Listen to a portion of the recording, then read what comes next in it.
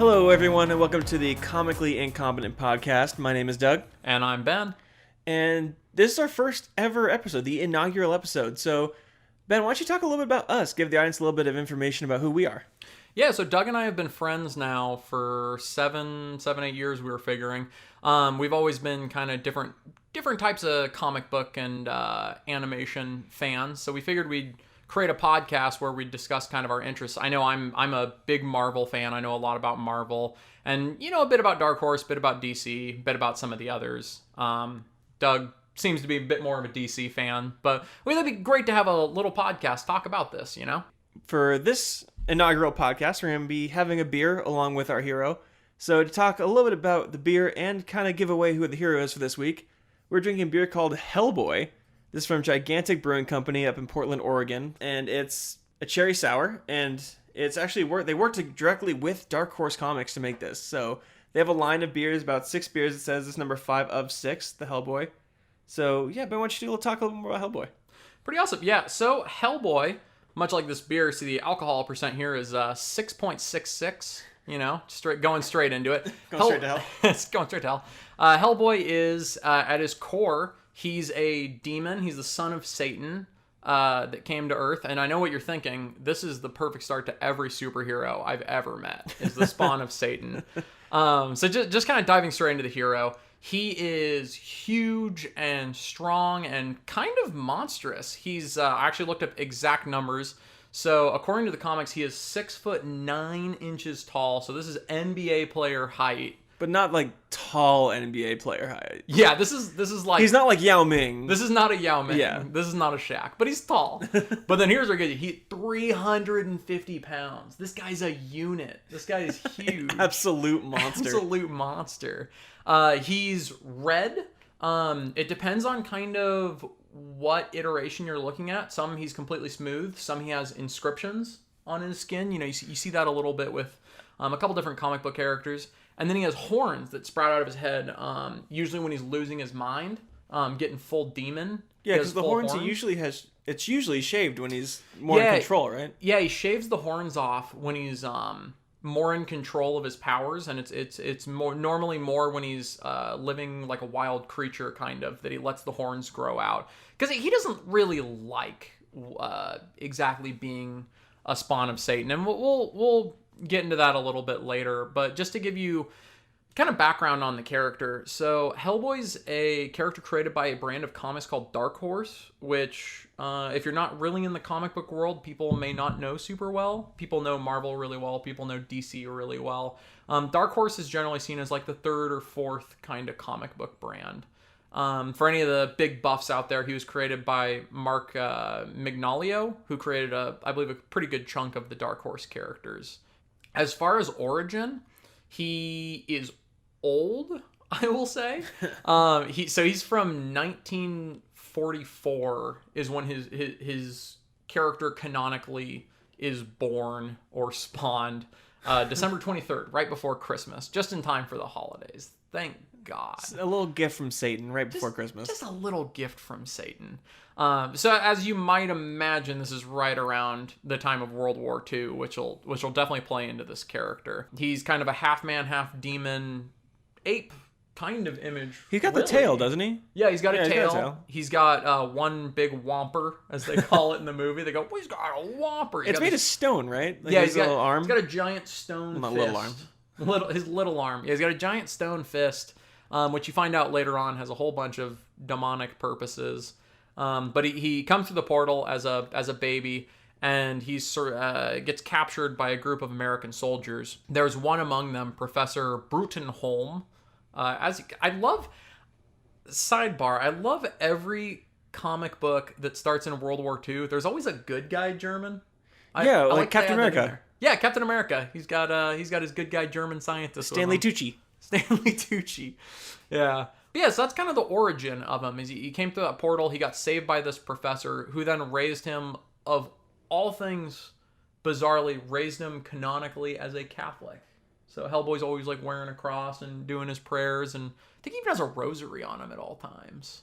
Yeah, he's a pretty interesting fella. Yeah. And if any of you out there are wondering why I'm very quiet. The reason this is called Comically Incompetent is because I know nothing about most superheroes.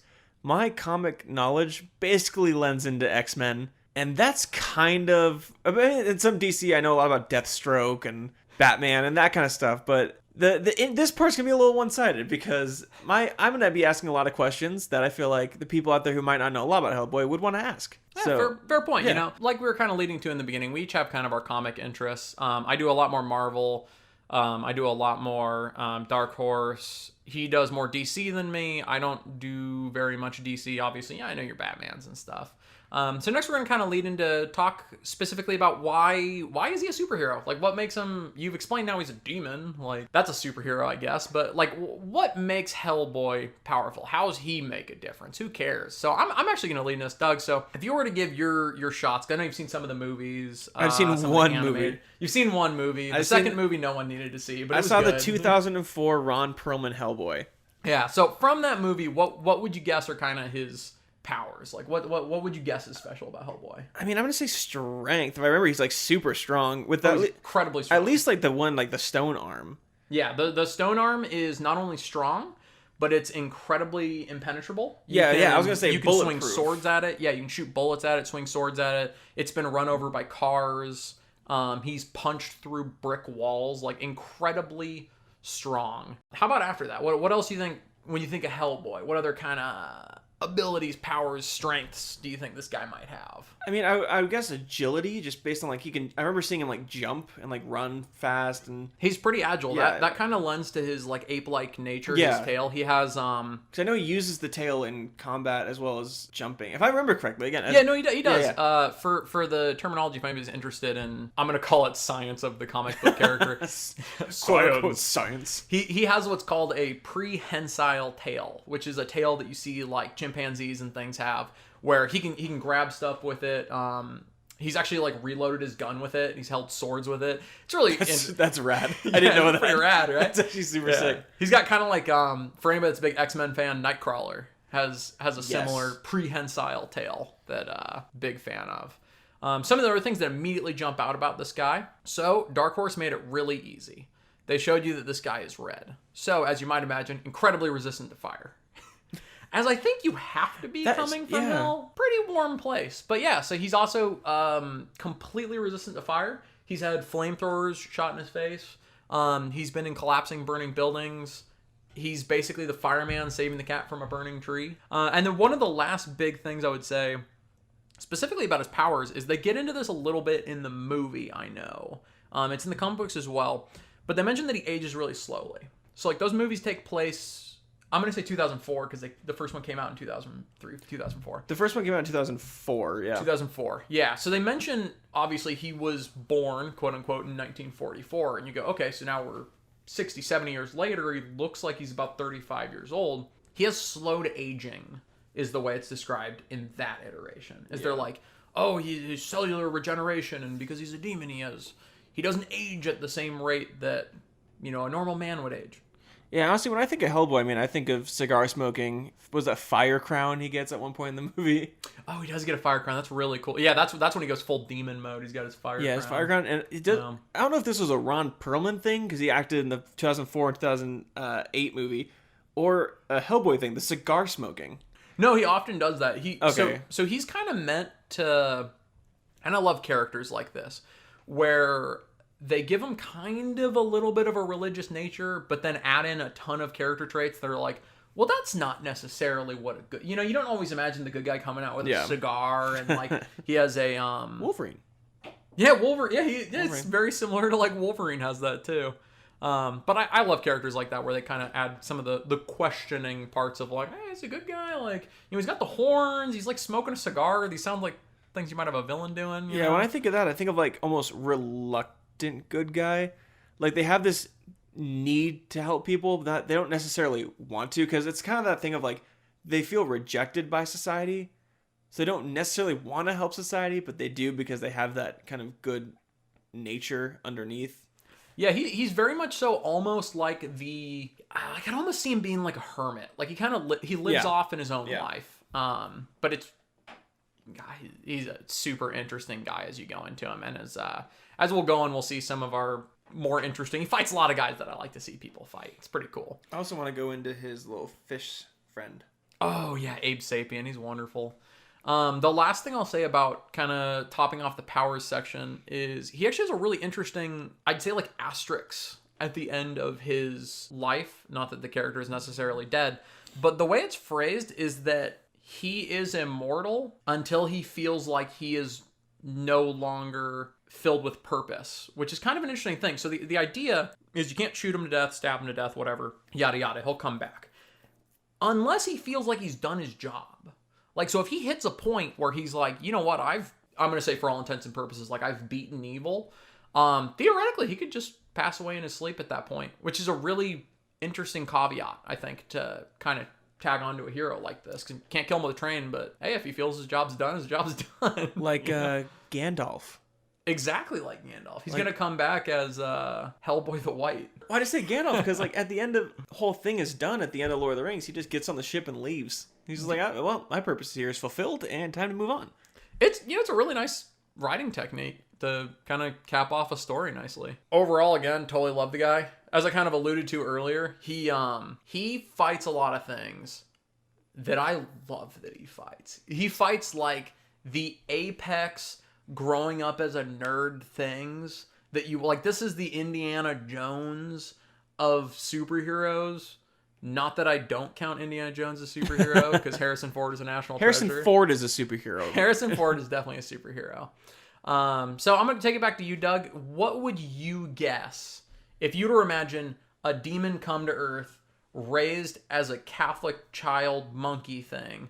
What would what would you guess this guy fights? And to give you a little, I'm going to give you a hint here.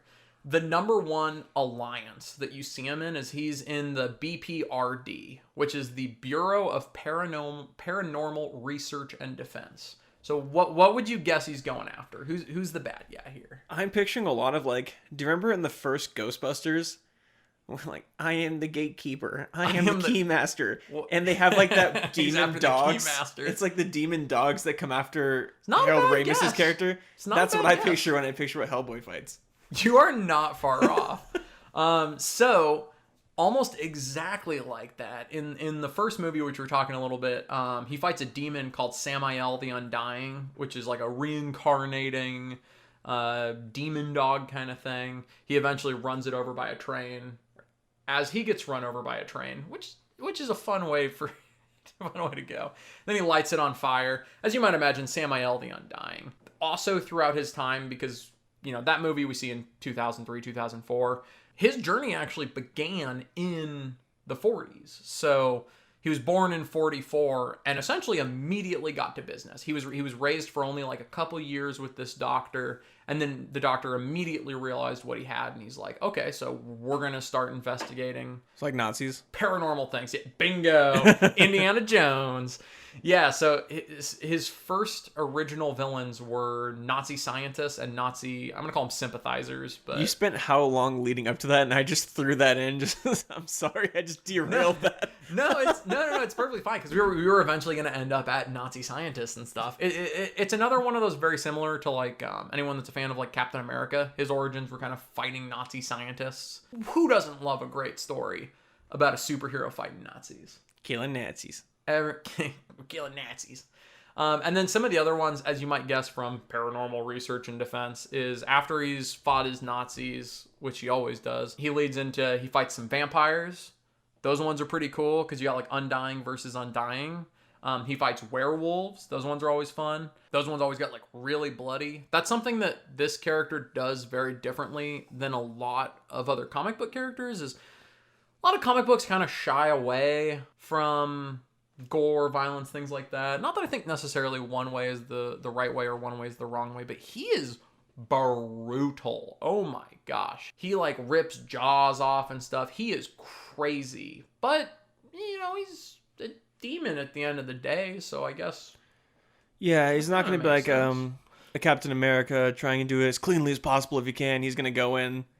He's going to go in fast. Opposite. Yeah, he's the exact opposite. They both hate Nazis, but he's both. Well, he's going to go in like hard and fast. Whereas like someone, I guess more of like I guess a Captain America is going to go in, I guess more strategically. Oh, there is no strategy. Yeah, I was gonna say no it doesn't seem like there's a whole whatsoever. lot of strategy to him. He's gonna go in and he's gonna do what he's gotta do as quickly as possible. Yeah, he brings out his 6-shot revolver that I swear. Oh, what's the name for that? There's a name for that, isn't there? I think it's like Betty or Bertha or something. Doug will look it up real quick. But yeah, he's named his gun. But just for a general description, it's what you imagine, the cowboy 6-shooter. Except for, I swear, this thing fires the most comically large bullets I have ever seen. Like when you see them in the comic panes loading these bad boys in, they're about 3-4 inches long and about a 1/2 inch to 1 inch wide. Like this is a grenade getting loaded in. Yeah, so it's called the Samaritan. The metal of the gun that is makes forged sense. from a combination of iron church bells, cold iron from crucifixes, blessed silver, and mystic metals.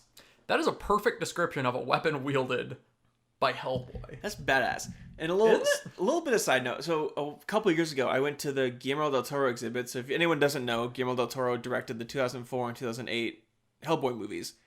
And there, they actually had the prop of the Samaritan gun. No way. And you think it's big just in the movie based on how big he is. It's bigger than you'd think. It's Dear absolutely Lord. massive. Yeah, so for anybody that hasn't seen that, I urge you, go to Google, check out an image of it. It is huge. Or watch the first movie, because the first movie is good. That's true. No need to watch the second one. Or the new one, the 2019 with David Harbour. No need. Yeah, watch the 2004 2004 Ron Perlman movie. Hellboy. Also, you know what though? Of all of them, and even of people that have read the comic books, I've pretty universally heard that the animated movies that came out between the early live action movies and the most recent live action movies, you'll get up the name on those. Pretty much everybody says those are the best. I've seen both of them. I saw them when they came out. They are fantastic. So I would say if you guys immediately want to jump into okay, Hellboy sounds pretty cool. Where's a good place to start? Yeah, you're right. Between the first and second one. They're called Hellboy, Animated Blood and Iron. That's a badass name. Sword of Storms and Iron Shoes. So lost a little bit of the badass It there gets a in Iron little Shoes. less intense with the Iron Shoes. But yeah, Sword of Storms and Blood and Iron are the two TV movies from 2007 and 2006.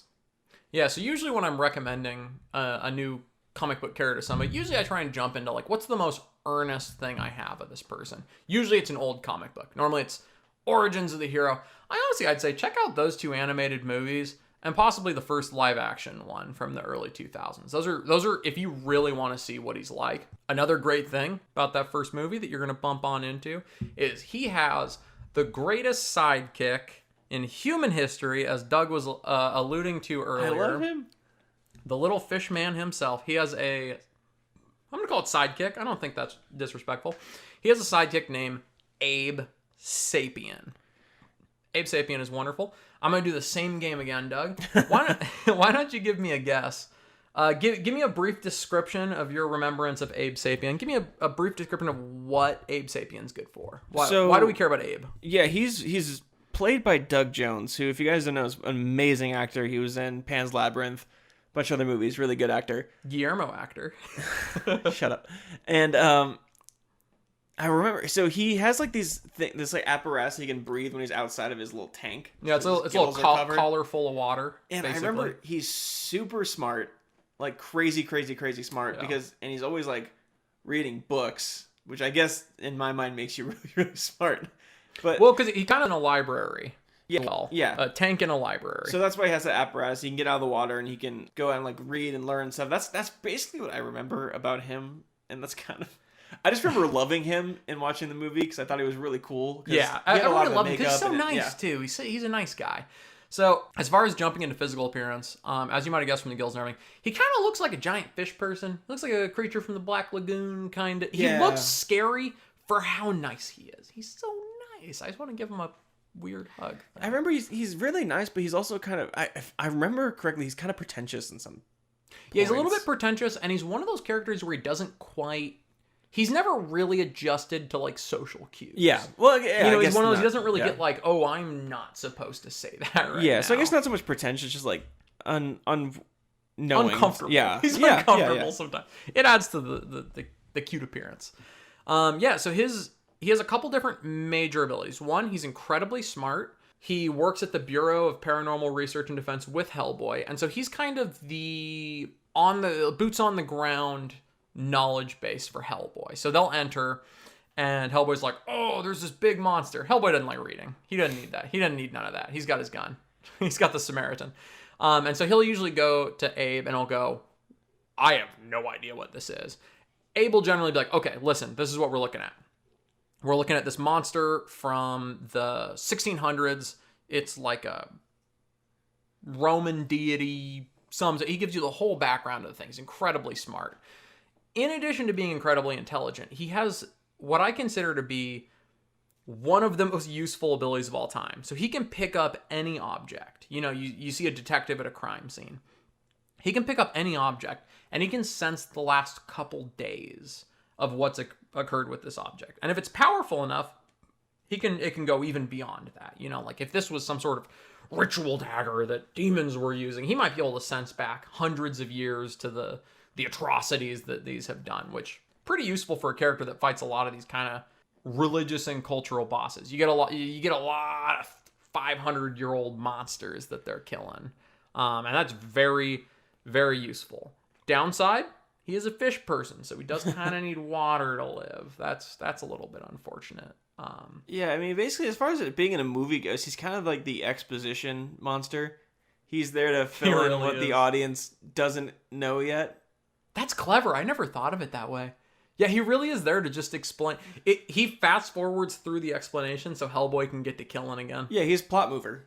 Yeah, I mean, you see that in pretty much every iteration, particularly, I mean, just because it was very popular while we were growing up, going back to that first movie, he explains every single monster in that movie. The audience isn't going to know what that monster is. They're not going to know what it is. And there's no Roman thing. Yeah, it's like Hellboy can be like, stand there about to find it and just give like a short explanation of what this thing is. Like, he was a good way of like kind of, and in the comics too, giving the audience a way of learning what he's going to go fight and kind of moving the story forward without having to have some cheesy, unnatural way of doing it. I feel that. And next fun fact, I'm gonna do another pop quiz on you, Doug. Do you remember what I know, right? Do you remember why his name is Abe Sapien? Whew. Okay, so It's a toughie. Sapien, because that is like people who stand with 2 feet. I'm gonna give you a close enough. I'm gonna say that's close enough. And Abe because Abraham Lincoln. You said that with the confidence of someone that had no idea he was completely correct. He actually he was named after Abe Lincoln. Yeah, so the story of this character is he's the oldest living member of the Bureau of Paranormal Research and Defense. So this agency was founded, it's a US agency, but they work all over the world. It was founded in the early stages of the United States, for how weird that is. And Abe Sapien was found by one of the original scientists while Abraham Lincoln was president. Okay, I just need to say this. To the people listening, I swear that was not like a joke that I knew when I had no idea. That was a complete guess. Yeah, he's legitimately named after. But that also, that gives you an example. That's part of why he's so smart, It's like he's been alive, and that's when he was found. So he's at least a couple hundred years old. He could even be far older than that. But yeah, so that was the origins of Abe Sapien, was joining the Bureau during the era of Abraham Lincoln. So he's seen a bit of the U.S. history. It's a good place to see. Yeah. I had no idea. I mean, again, my whole knowledge of any of these characters is pretty much coming from the 2004 Hellboy movie. But I think that's a reasonable approach. I think that's a lot of people are probably in that boat. I think these pop quizzes are giving me are showing that Guillermo del Toro did a really good job of like actually taking the comic books and making it into a movie. Oh, absolutely. If there's one thing, I'll give Guillermo del Toro, I always mess that up, a little bit. I'm gonna give him a lot of credit here. I think he very faithfully adapts comic books to cinema. I think he does a great job. And I think most people that are Hellboy fans would agree with that. There were flaws in them, but as far as being a faithful adaptation, pretty darn good. Now, conspiracy theory, the monster from The Shape of Water is Abe Sapien. You know what's funny? The first time I saw that movie, I was like, oh, interesting. And then I was like, Guillermo del Toro, and I was like, that's Abe Sapien, isn't it? And then my sister-in-law saw the movie, and she assured me it was not Abe Sapien. I don't know. She's probably wrong. I don't know if she It's can. Abe Yeah, Sapien. I don't know if she can assure you of anything. I think the only way we're gonna get this is from Guillermo del Toro himself. That's true. And you know what they say? Guillermo del Toro works in mysterious ways. And a little surprised if you've been. Guillermo del Toro's gonna walk through. No, he's not. And here is Guillermo. If only that boy would that be a highlight? The inaugural episode of a small podcast to have Guillermo del Toro walk in the door. Oh man. Overall, Hellboy, pretty darn cool guy. He kind of shares. I like to kind of always bring it into light and kind of compare him to other people, because I think the healthiest thing you can ever do is compare everything to everything. Just judgment and comparison. Just judgment. Unhealthy judgment and comparison is the best thing you can do. No, but I like to give people, maybe if they've never heard of this character, maybe if they've never read comics, kind of give them another idea what to expect. The best way I can describe this character is in a couple sentences here. If you took the demonic kind of look and vibe of like Nightcrawler from X-Men, this inscribed demon-looking monkey, I guess I should say. I mean, yeah, so he's got kind of that, and then he's got kind of sort of almost the atmosphere of like a Daredevil, where he almost regrets what he's doing, you know, like he's trying to make the best of what he can do, but his power is to violently be good. That religion, but it's like that religious aspect comes in of being raised religious. Yeah. And that kind of makes it, I guess that kind of, for me, draws that comparison to Daredevil of like, they know that the way they're going about what they're doing is wrong. The violence is wrong because they're raised in this like religious fashion. Now, I'm not religious, but I know that, you know, you're taught that violence is never the answer. Both of them, violence is pretty much their answer when it comes to anything. It's a tough line you got to make, where it's the way you can best impact the world is doing something that is not necessarily always the 100% moral way to go. And I love characters like that. I love when there's some conflict in a character. I get bored with Superman. I get, you know, sometimes bored with Captain America. You get bored with Henry Cavill? Henry Cavill will never bore me, but sometimes Superman does. You know, but I find those characters incredibly interesting, especially him, where you were talking about the conflict in him, where, you know, he knows what he should do, not sure what he should do, you know. This is kind of exemplified by a lot of times when you see him going into battle or leaving battle, he busts out his rosary and he starts either asking for forgiveness of the horrible things he's done or asking for guidance in what he's about to do, which is just really bizarre to see a big terrifying critter like that do, because again, scary guy. Yeah, so that was pretty much the general vibe of him. I will say I've been working through this beer throughout the podcast. It's darn really good. It's really good. I do want to take a mention of the 2019 Hellboy that neither of us saw. So I can't talk about how good or bad, because I've heard mostly bad that movie was. But I gotta say, on paper, David Harbour, I don't know if anyone, I'm assuring most people out there are Stranger Things fans. David Harbour playing Hellboy sounded like such a great idea. I was originally really excited. Yeah, so I heard so poorly executed. And I can't exactly say why, because again, I never saw it, but I mean, I heard it was one of those like conflicted movies where there was on-screen drama. Or off-screen drama, is that the term? Off-screen, yeah. Off-screen drama. I mean, which I do have to say, one of the benefits of the early 2001 is I heard that cast got along really well. I think that goes to show that can make a lot of the movie, you know. Yeah, I will say, I've just looked up a review here on IMDb, and most of them are 2 or 1 out of 10. And the biggest complaint was terrible writing, weird directing, and awful CGI. So pretty much encompassing what a Hellboy movie needs to be successful, and throwing it all out the window. You've messed up the 3 things required for a Hellboy movie.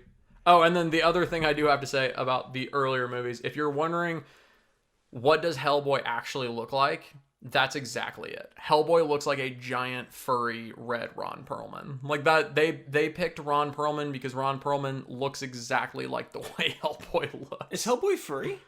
So he's not so much furry all over his body, but he usually has, I don't want to call it a mullet, but he has long hair. He usually has a beard, but not a mustache. He has what in my brain I call like Civil War facial hair. You know, where it's not necessarily connected. Sometimes he's got the goatee because every demon has to have a goatee. Oh, of course. You know? Yeah.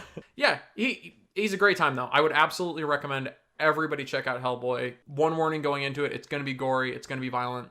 If that's for you, That's awesome. If that's not for you, hey, maybe check out Abe Sapien. He's a little friendlier. It is PG-13, so the gore's not gonna be too much, but it's movie's not too. Yeah, the animated films are. I think the animated films might be R. They're probably worse. They're probably really gorier. gory. They're exceptional. Those are heads getting lobbed off. Yeah. And before we kind of move out here, just a little bit of what's going on in the world. We're in February right now, early March. Pretty soon we are going to be having of the podcast our first comic book movie release. We're going to be having the Black Widow movie come out soon. So we might have a couple episodes getting you guys ready for that movie if you guys ever wanted to know a little bit more about what's going on over there. Yeah, because I know people have a good understanding of Black Widow just based on the last 10 years of Avengers movies. But for me, not reading any Black Widow comics or anything, The Red Guardian is new for me. Again, David Harbour, but in a good movie, I hope. David Harbour playing the Red Guardian, and a few other characters that I don't know, and Taskmaster playing the villain. One of the coolest villains of all time. The only... Which we're going to have a full episode about him. I guarantee you we're going to have a full episode about Taskmaster. My only experience with Taskmaster is the PS4 Spider-Man game. You get to face off Taskmaster after you beat the main game. And that's literally all I know about Taskmaster. But yeah, and I will say, if you guys like the podcast, if you guys want to hear more, you can follow us on Twitter at comicallypod. And let us know who you would want to see as well. I think we have a few podcasts that we definitely know who we're going to do. But if there's anyone that you guys really, really want to see, we can always do that and make sure we get what the audience wants. Yeah, also, if you have any questions or anything, feel free to shoot us a DM there. We'll get to all of them as well as we can. If you have any input for the show or anything like that, any heroes you'd like to see, any questions you have about us, if you want special episodes or anything like that, let us know. And this has been comically the first episode of Comically Incompetent with I am Ben. I'm Doug. And it was great. Thanks for listening to us. Thanks, bye. We'll see you guys soon.